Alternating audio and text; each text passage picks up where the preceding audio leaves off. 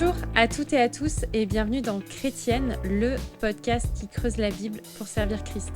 Je suis Aurélie Bricot et je suis ravie de vous accueillir pour un nouveau podcast en compagnie de ma fidèle co-animatrice Angie Velasquez-Danton et de notre invitée du jour Lydia Yeager.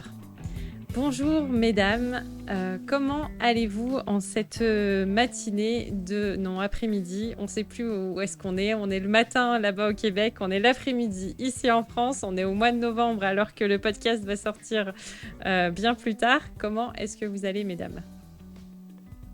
Ça va bien, merci. Merci. Merci pour votre accueil.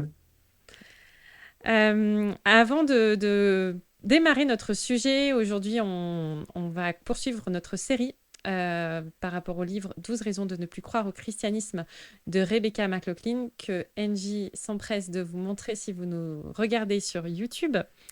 Sinon, le lien pour le livre sera dans le descriptif de la vidéo.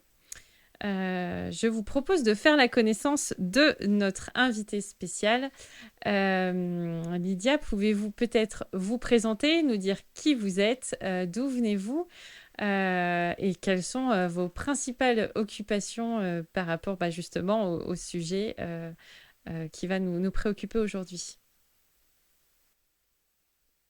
Je suis allemande. Je suis venue en France en 1990 en réponse à un appel missionnaire. J'avais fait des études de physique et de mathématiques et en arrivant en France, j'ai poursuivi avec des études à la faculté libre de théologie évangélique à Vaux-sur-Seine. Donc, j'ai servi quelques années à l'Armée du Salut au niveau de la formation biblique et j'ai rejoint l'Institut biblique de Nogent au niveau de l'enseignement où je suis toujours dans la formation. Donc, je suis donc professeure et conseillère académique. L'Institut biblique de Nogent-sur-Marne qui est en région parisienne, qui est l'institution de formation évangélique la plus ancienne en France. Nous avons fêté nos 100 ans. Et donc, en parallèle à mon enseignement, j'ai pu faire une thèse de doctorat en philosophie à la Sorbonne et je m'intéresse donc aux questions entre science, foi, philosophie. Et donc aussi mon intérêt effectivement pour le chapitre consacré à ce thème dans le livre. Excellent. Merci beaucoup d'avoir accepté en tout cas notre invitation. On se réjouit de pouvoir réfléchir et discuter ensemble par rapport au chapitre 7 du livre 12 raisons de ne plus croire au christianisme. Chapitre 7 qui s'attaque à la question de la science et qui traite du coup l'argument qui dit que la science a réfuté le christianisme. Donc dans ce chapitre, Rebecca McLaughlin aborde l'affirmation selon laquelle les explications scientifiques remplacent donc le besoin d'un créateur divin. Comment est-ce que vous répondriez à cet argument, Lydia ? C'est confondre deux niveaux. Et donc, effectivement, cet argument qu'on entend souvent et que Rebecca McLaughlin déconstruit, confond justement le niveau de l'explication scientifique et le niveau, on pourrait dire, de l'explication, si vous voulez, métaphysique. La science travaille toujours à partir d'un ordre donné, travaille toujours à partir de lois de la nature, donc que la science ou les sciences essayent de décrire. Et les sciences ne peuvent pas répondre à la question d'où vient cet ordre. Donc, la science ne peut jamais répondre à la question disons, du fondement, on pourrait dire, métaphysique de cet ordre, qui l'a instauré ou d'où il vient et qui garantit aussi son respect. Parce qu'évidemment, les objets matériels, alors là je parle dans le domaine de la physique, donc les objets matériels n'ont pas de raison, donc ils ne peuvent pas, disons, obéir à des lois de façon consciente. Et pourtant, ils le font avec une précision remarquable et qui permet justement le calcul mathématique de leur comportement. Et donc, ça, c'est une question à laquelle la science ne peut pas répondre. C'est c'est tellement important de faire cette distinction. Et je vois comment l'auteur, Rebecca McLaughlin, explore le rôle du christianisme dans le développement de la science moderne. Parce que souvent, on pense aujourd'hui que les scientifiques sont tous des athées et ont toujours été des athées et que les théologiens ne savent rien de la science. Et c'est pas du tout le cas, pas aujourd'hui et pas dans l'histoire. Est-ce que vous pouvez nous donner des exemples de penseurs chrétiens historiques qui ont contribué de manière significative au progrès scientifique et explorer comment leur foi a influencé leur travail? En fait, pratiquement tout, hein, les pères de la science moderne, hein, donc si on peut utiliser ce terme, ont été donc des chrétiens aussi convaincus d'ailleurs, où leur foi a influencé leur façon d'envisager le monde, d'influencer leur travail scientifique. Donc, bon, les exemples sont pléthores. On pourrait citer Galilée, d'ailleurs, même si son nom, effectivement, a été ensuite attaché plutôt à cette affaire Galilée, à ce conflit avec le Saint-Siège, mais Galilée, donc lui-même, hein, donc, est catholique croyant.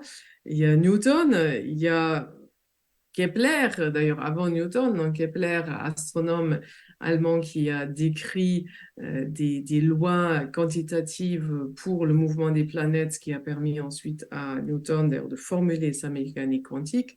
On pourrait encore citer Boyle, qui était très influent dans la fondation de la chimie. D'ailleurs, je trouve que Rebecca McLaughlin donne un exemple assez intéressant. Donc, elle cite Einstein, d'ailleurs. Elle ne fait pas l'erreur hein, qu'on voit ailleurs de faire d'Einstein un croyant dans les dieux bibliques, justement. Donc, Einstein est panthéiste. Mais donc, elle cite Einstein et signale que dans son bureau, il y avait 3 photos de physiciens accrochées. Donc, Isaac Newton, Michael Faraday et James Clerk Maxwell, et qui, tous les trois, hein, étaient effectivement des croyants pour qui la foi biblique jouait un grand rôle. Et donc, Michael Faraday et Maxwell, donc c'est déjà au 19e siècle où on peut même plus dire que c'est simplement la société qui est chrétienne, etc. Donc, il y a bien un positionnement et une interaction positive entre leur foi dans le Dieu créateur en particulier hein, et leur travail scientifique. Hmm. Hmm. On a quand même beaucoup de personnes qui ont exploré un peu le monde et comment les sciences fonctionnent et qui arrivent quand même souvent à cette évidence que donc Dieu existe bien. Alors moi, je suis pas scientifique, j'ai pas du tout exploré ces questions-là, mais j'ai souvent lu des témoignages où finalement l'existence de Dieu, c'est quelque chose qui arrive presque comme une évidence. Et souvent dans notre entendement, on oppose la question de la raison à la question de la foi, alors qu'en fait les deux se complètent et peuvent très bien marcher ensemble. Le chapitre aborde aussi les pièges potentiels de l'utilisation de la science comme une mesure définitive de la vérité. Comment plaideriez-vous pour une compréhension plus large de la vérité qui englobe à la fois les dimensions scientifiques et les dimensions spirituelles? Donc, si la foi biblique, surtout la foi dans le Créateur, hein, a joué un rôle, surtout au moment où la méthode scientifique a été formulée, hein, donc au 16e, 17e siècle, et la, disons, la vision biblique donne aussi à la science, je dirais, sa juste place. Hein. Donc, c'est à la fois l'affirmation hein, de la science, et je crois qu'il faut le dire, hein, par rapport aussi à certaines craintes aussi de croyants hein, qui se sont menacés par les avancées scientifiques. Donc, non, si on accepte disons, la vision biblique du monde, la science comme exploration de l'œuvre de Dieu a tout à fait sa place. Et en même temps, hein, elle n'est pas la mesure de toute chose. Hein, elle n'est pas justement la seule façon aussi de s'approcher du réel. Et cela donc amène à donner donc une juste place à la science. Alors déjà, je dirais aux sciences, hein, ça nous amène en fait à décliner la science au pluriel parce qu'il n'y a pas qu'une seule science, il y a différentes approches scientifiques, il y a différentes disciplines. Justement, alors je vais encore utiliser le singulier, donc parler de la méthode scientifique, mais je ne veux plus te dire des méthodes scientifiques. Hein, donc les méthodes donc, des différentes disciplines scientifiques sont tellement, euh, disons, réussissent tellement bien hein, à décrire le réel parce qu'elles disons, elles s'imposent une grande discipline, mais aussi une ascèse. Hein, donc, on va se concentrer sur certains aspects de la réalité et aller au fond de l'expérience de ces aspects.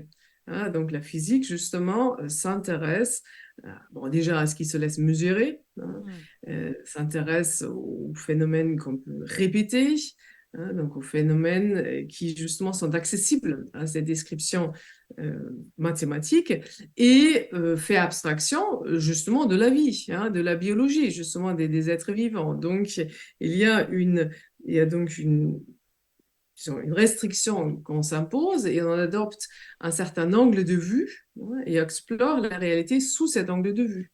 Mais la biologie, alors bien sûr, peut apprendre de la physique, hein, mais à d'autres catégories et apporte un autre regard, comme aussi la psychologie. Hein, et donc, ces différentes approches scientifiques hein, n'ont pas exactement la même méthode et donc explorent la réalité à partir de différents angles. Alors déjà, ça, c'est donc un élément, je crois, qui est important à retenir.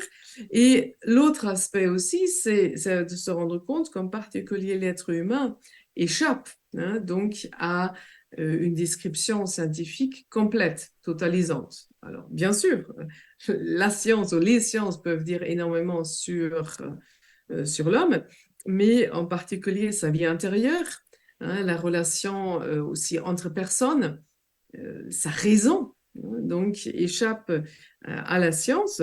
D'ailleurs, ça, c'est un vieil argument, en fait, des philosophes hein, qui remonte déjà à Platon, qui a été bon, défendu par Descartes, qu'on trouve défendu par différents penseurs aujourd'hui.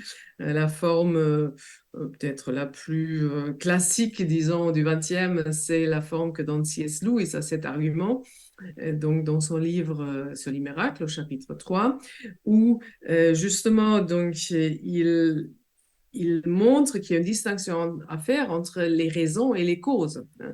Avoir expliqué les causes d'une pensée, hein, donc les causes, je dirais, physico-chimiques, hein, neurologiques, avoir donc expliqué comment se forme la pensée sur un plan de la description scientifique, je n'ai encore rien dit des raisons d'une pensée.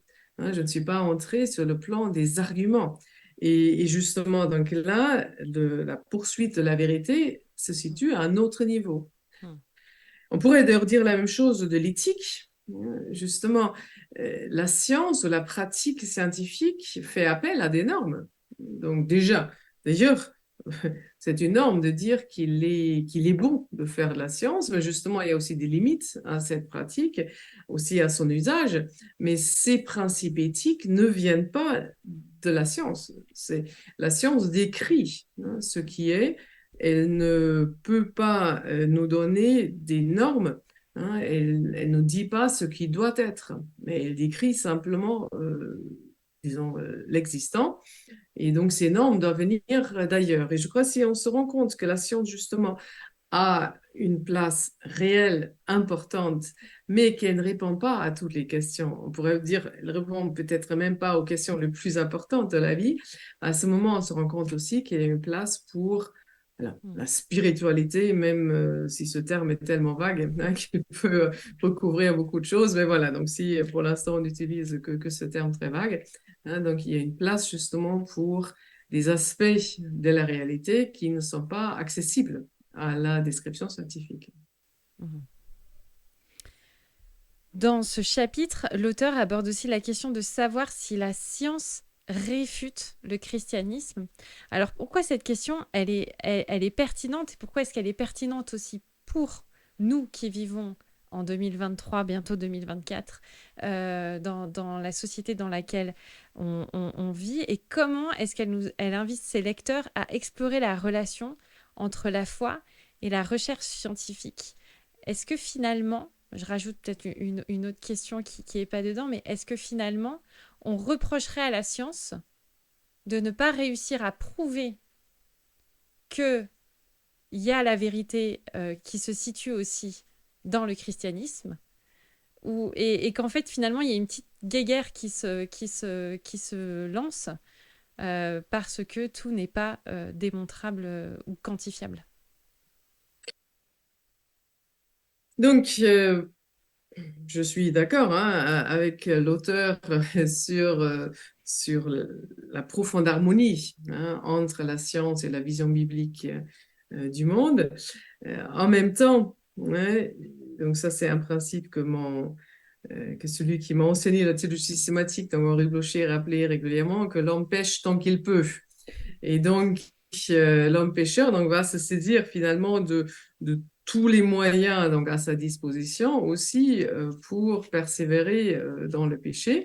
Et donc aussi la science qui, je pense qu'on peut argumenter, est fruit hein, disons, de la vision biblique de la création, permet aussi, hein, entre les mains d'hommes pêcheurs, justement de contribuer au péché. Alors nous le voyons dans les applications hein, des sciences, bien sûr, hein, quand on réfléchit aujourd'hui à la crise climatique, écologique, voilà, donc nous voyons aussi que la science nous donne des moyens justement techniques disons, qui sont certainement plus importants que la sagesse avec laquelle nous les mettons en œuvre.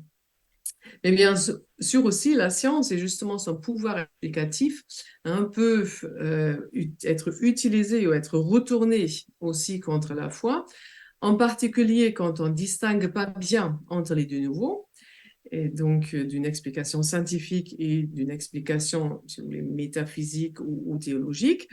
Et d'ailleurs, cette erreur, c'est pas seulement disons, le propre des non-croyants, hein, c'est aussi des croyants hein, qui se sentent assez souvent menacés par justement une explication scientifique. Hein. Donc, on préfère, pour donner un exemple, on préfère la guérison miraculeuse hein, à la guérison par les moyens médicaux parce que, voilà, on considère que la guérison miraculeuse fait davantage ressortir la puissance de Dieu. Mais en fait, quand on y réfléchit vraiment, hein, dans une guérison qui a recours humblement aux moyens mis à notre disposition par la médecine scientifique, Dieu est tout autant à l'œuvre, hein, parce que c'est lui qui garantit l'ordre naturel. Je me permets d'ajouter un point alors, qui fait écho en fait à une discussion que j'ai eue récemment avec un doctorant. Et donc, un doctorant qui est plutôt en recherche spirituelle, hein, qui ne se définit pas comme chrétien. Et je lui ai expliqué ce que je faisais, les thématiques auxquelles je m'intéressais. Et sa réaction, c'était de dire, mais tu sais, la question de science et foi, c'est plus la vraie question.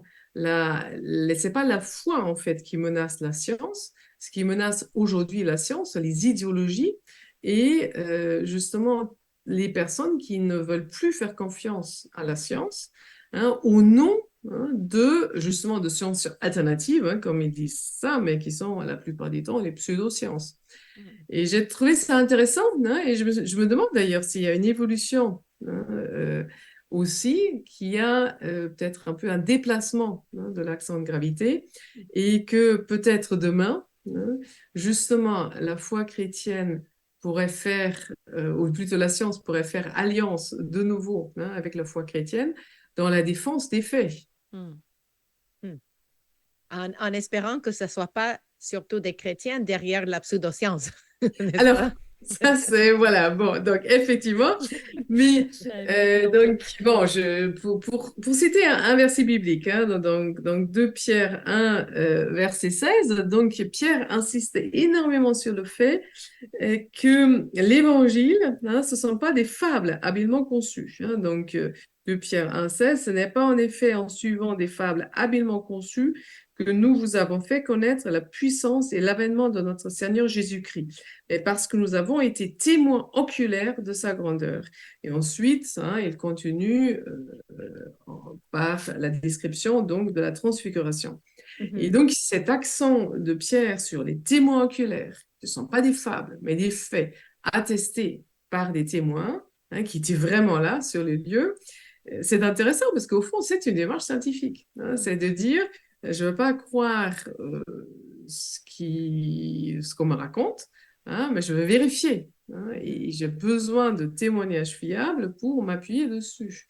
Et donc, il y a un intérêt pour les faits, en tout cas, dans le christianisme, je dirais version évangélique. Il y a d'autres traditions, justement, qui sont peut-être moins attachées aux faits, mais en tout cas, vous pourrez dire dans la meilleure forme de notre tradition évangélique, il y a cet attachement aux faits que nous partageons avec les sciences et que nous pourrions justement peut-être nous fructifier mutuellement pour aussi combattre effectivement des affirmations pseudo-scientifiques qui circulent dans nos milieux. Et pensez que la moitié du Nouveau Testament a été écrit par un scientifique, par Luc le médecin. C'est quand même quelque chose. Il est allé faire des recherches et il nous raconte comment il a interviewé les différentes personnes pour avoir une compilation des témoignages fiables. Et ce que vous dites me fait penser au fait qu'il y avait des témoins oculaires du ministère et des miracles de Jésus qui se sont endurcis vers lui et qui ont même essayé de le mettre à mort quand ils ont su qu'il avait ressuscité Lazare. Donc, au lieu d'être éblouis par ce miracle incontestable, ils ont dit, il faut qu'on tue cet homme qui fait des miracles et qu'on tue aussi Lazare pour mettre au silence ceux qui témoignent de la puissance de cet homme. Et je pense aussi que de la même façon que deux témoins oculaires peuvent avoir des réactions tellement différentes à la même réalité, c'est le même avec la science. Deux scientifiques peuvent être experts dans un même domaine et avoir une réaction tellement différente. Quelqu'un qui est endurci vers Dieu peut confirmer que Dieu n'existe pas et que la science est son Dieu. Et un autre peut dire, non, dans ce fait-là, exactement le même que l'autre, je vois que c'est impossible que ça soit Lazare. Et ça, c'est vraiment une évidence que nous ne sommes pas seuls et que nous ne sommes pas là par notre propre création de nous-mêmes, mais qu'un créateur nous a mis sur terre. Donc, comme dans ce que vous venez de citer, des témoins oculaires de la vie de Jésus, et comme dans la science, je pense qu'il y a ce parallèle. Que pensez-vous? Donc, effectivement, il y a toujours il y a les faits et la réception des faits, et donc, ou l'interprétation aussi des faits. Donc, bon, la science, effectivement, propose donc une méthode très, très rigoureuse, justement, pour essayer quand même d'arriver à cet accord sur les faits. Et on peut peut-être aussi rappeler que la science réussit par moment. J'ai écouté là récemment un petit reportage sur la Station spatiale internationale, donc où encore jusqu'à ce jour, Américains et Russes collaborent. Bon, ils étaient assez pessimistes sur l'avenir quand même de cette station spatiale. Mais voilà, donc il y a des domaines donc, où on réussit à dépasser finalement même les clivages politiques, idéologiques pour collaborer. Mais c'est peut-être des domaines où justement donc la méthode est, disons, rigoureuse aussi parce qu'elle touche peu aux questions les plus fondamentales donc de l'être humain. Et donc, si effectivement on pose la question, est-ce que ces faits-là scientifiques s'insèrent mieux dans une vision chrétienne du monde ou dans une vision athée, par exemple, du monde, donc les enjeux, on pourrait dire existentiels, sont beaucoup plus grands. Et du coup, il devient de plus en plus difficile aussi d'avoir un jugement un peu détaché. Et donc là, justement, donc il y a disons, les présupposés vont intervenir et rendre cet accord plus difficile. Oui, je pense aussi au fait que le chapitre aborde la perception historique d'un conflit entre la science et la religion.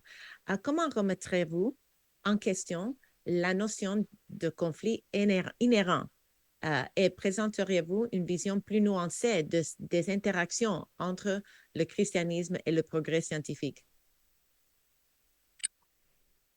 En fait, j'ai juste, disons, préparé hier une intervention donc, pour un événement sur des questions difficiles en lien avec la Bible. Et donc, je suis sollicitée dans cet événement pour parler aussi du rapport entre science et Bible.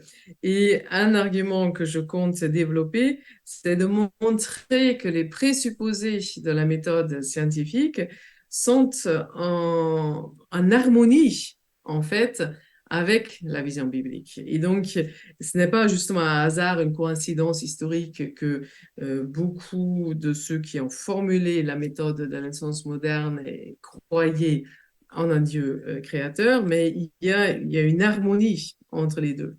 Hein, donc, bon, pour donner quelques exemples, le fait qu'il y a un ordre naturel, hein, le fait qu'il y a un ordre naturel, donc justement, ça va avec l'idée d'un Dieu tout-puissant, en même temps un Dieu d'ordre, hein, qui instaure, qui crée un monde ordonné.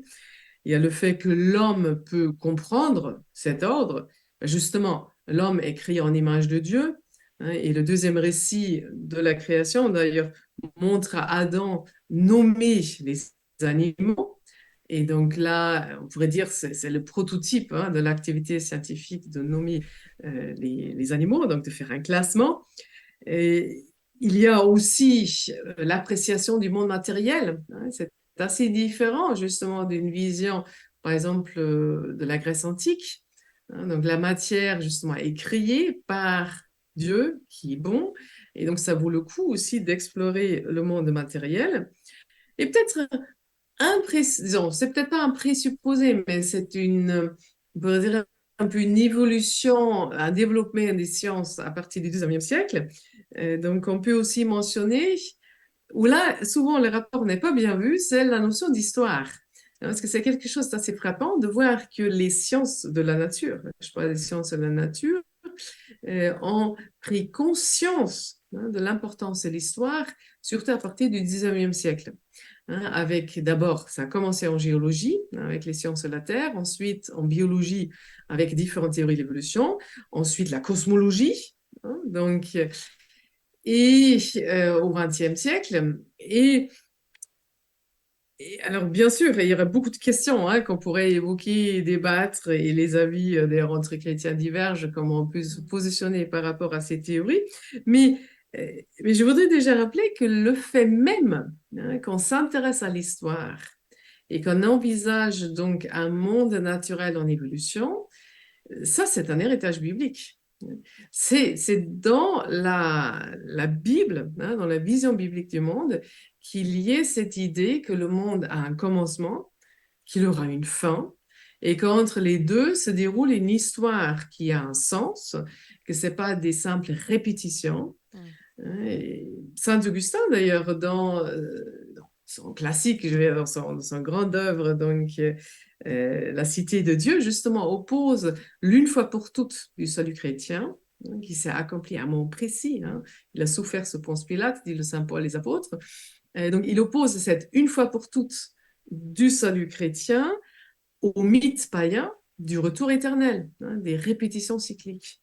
Et donc, c'est assez intéressant qu'elle là, sur un point où peut-être spontanément on se dit, oh là là, les sciences ont peut-être remis en cause certains éléments de la foi chrétienne. Bon, ça serait, comme j'ai dit, c'est un grand sujet de débattre de cela. Mais en tout cas, sur un point précis, hein, donc la prise en compte de l'histoire, ben, en fait, c'est un héritage biblique. Et c'est un héritage biblique qui marque d'ailleurs la civilisation occidentale, hein, notre intérêt donc à les porter à l'histoire quand on compare à d'autres civilisations.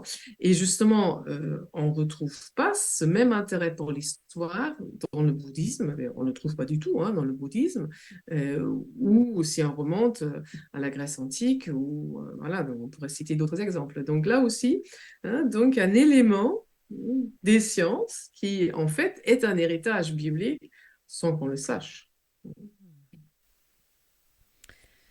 Le chapitre aborde aussi le domaine des miracles et la tension entre le naturalisme scientifique et la possibilité d'une intervention surnaturelle.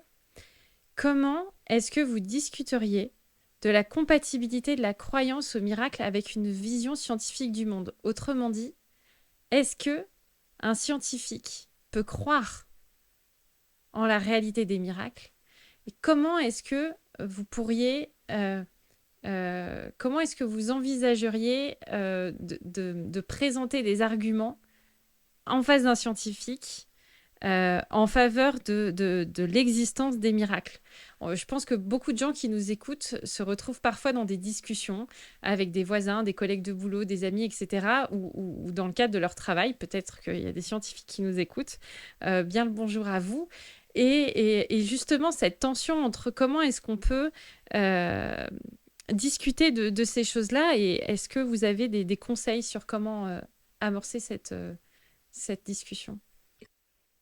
Alors, mon premier conseil serait lisez le livre de C.S. Lewis sur les miracles.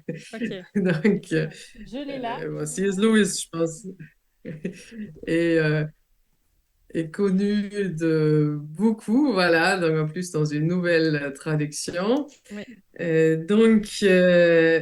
Lewis, donc, bon, il est toujours stimulant à lire, hein. On n'est pas obligé d'être d'accord avec lui sur tout. c'est vrai. Je le critique sur certains aspects moi-même, mais il est toujours stimulant à lire et son livre sur les miracles est vraiment très, très intéressant. Et ben, un élément ou un argument qu'il développe, déjà, c'est de faire remarquer que c'est pas disons, c'est pas le résultat des sciences qui rend le miracle difficile, parce que Joseph n'avait pas besoin d'avoir étudié les sciences modernes pour savoir que si sa fiancée était enceinte, ben, en principe, voilà. Donc, c'était pas arrivé comme ça. Je veux dire, il s'était bien rendu compte, il savait qu'une vierge n'enfante pas. Donc ça, on n'a pas besoin d'avoir fait beaucoup de sciences pour se rendre compte qu'il y a là quelque chose qui, justement, est différent. Donc le problème déjà est connu, est ancien. Maintenant, ce qu'il développe aussi, c'est justement donc de souligner que les explications scientifiques sont toujours des explications. Alors, il utilise le terme latin ceteris paribus, donc tout paraît par ailleurs. Donc, le stylo va tomber, ben justement, va tomber par terre. Bon, si je le lâche, justement, si je lui, disons, c'est la loi de la gravitation donc, qui l'attire. Mais d'ailleurs, actuellement, cette loi de la gravitation, disons, s'exerce, mais le stylo ne tombe pas, justement parce que je le retiens. Et donc, les lois que nous donnent les sciences, donc là, je reste au niveau de la physique, c'est là où ce qui est le plus simple. Donc ces lois, disons, physiques qui sont à l'œuvre, mais justement, elles ne valent que s'il n'y a pas une intervention. Déjà, déjà l'homme peut intervenir et il peut justement empêcher qu'un certain effet se produise, ou d'ailleurs, ce n'est pas forcément l'homme, d'ailleurs, ça peut tout simplement être euh, une autre force naturelle qui va à l'encontre justement de cette force qui s'exerce. Donc, si vous avez deux charges électriques, bon, elles vont donc s'attirer, ou d'ailleurs plutôt l'inverse, donc ça dépend si c'est deux charges positives ou une charge positive, une charge négative, mais justement, cet attrait, et donc il va déclencher un mouvement, présuppose qu'il n'y a pas d'autres forces qui sont à l'œuvre et qui vont donc annuler cet effet. Et donc, finalement, toutes les lois scientifiques sont données avec une condition sous-jacente, c'est qu'il n'y a pas une force, une puissance surnaturelle qui intervient. Justement, les lois de la nature s'appliquent si on laisse la nature à elle-même. Bon, c'est tellement évident qu'un physicien, quand il décrit une loi, ou même quand un biologiste peut-être décrit le fonctionnement d'une cellule, il ne va pas à chaque fois dire, ben, ça c'est comme ça s'il n'y a pas une intervention extérieure. Ben oui, ça c'est sous-entendu. Mais donc, cela ne dit donc rien, en fait, de la question de savoir s'il y a parfois, hein, justement, un dépassement de ce fonctionnement naturel. Non pas que Dieu serait absent du fonctionnement naturel, c'est bien lui, hein, qui déjà a mis en place l'ordre naturel. Et en tout cas, si on accepte, hein, la vision biblique, donc c'est bien lui aussi qui maintient cet ordre, hein, disons à chaque instant. Mais donc la question là est de savoir si par moment, un Dieu qui agit tout le temps à travers des moyens ordinaires peut aussi, par moment, hein, agir de façon exceptionnelle, de façon extraordinaire. Excellent. Une question qu'on essaye de demander à nos invités régulièrement, c'est, après tout ce que vous nous avez exposé, comment est-ce qu'une compréhension de ces faits nous aide-t-il à mieux servir et aimer Christ? Mais je dirais déjà, si on parle, hein, donc de l'amour de Dieu, disons, voilà, donc je vais élargir, disons, donc prendre le Dieu trinitaire, hein, donc Père, Fils et Saint-Esprit. Donc, c'est ce grand amour ce grand commandement de l'amour de Dieu. Justement, il a différentes facettes, hein. Nous devons aimer Dieu de toute notre force, de toute notre volonté, hein, de tout ce que nous sommes. Et donc aussi, dans une des versions, hein, de ce commandement, on nous dit qu'il faut aimer Dieu de toute notre pensée, hein. Et justement, alors, comment est-ce qu'on aime Dieu de toute sa pensée? Alors, une façon, hein, d'aimer Dieu de toute sa pensée, c'est justement de proclamer la vérité, hein. Et c'est aussi de dire la vérité ou de penser la vérité par rapport à son œuvre. Et donc, par rapport à son œuvre, là, en l'occurrence, donc la création, hein, et donc d'explorer le livre des œuvres de Dieu, c'est tout à fait une façon, hein, d'aimer Dieu, parce que si on aime quelqu'un, on va aussi aimer ce qu'il fait, hein, ou ce qu'il a fait. Hein. Donc, bon, je ne m'intéresse pas spécialement, je dois dire, à l'art et à l'art moderne, mais évidemment, ça prend une toute autre connotation quand c'est, par exemple, un dessin fait bon, par quelqu'un de ma famille ou un ami. Donc, bah, du coup, je vais m'y intéresser, hein. Et donc, de la même façon aussi, si nous aimons Dieu, bah, nous allons aussi nous intéresser à son œuvre, alors son œuvre du salut, mais aussi son œuvre de création. Merci beaucoup, Lydia, d'être venue nous partager ces belles réflexions sur la relation entre la science et le christianisme, pour nous écairer aussi sur une bonne compréhension de ces enjeux-là.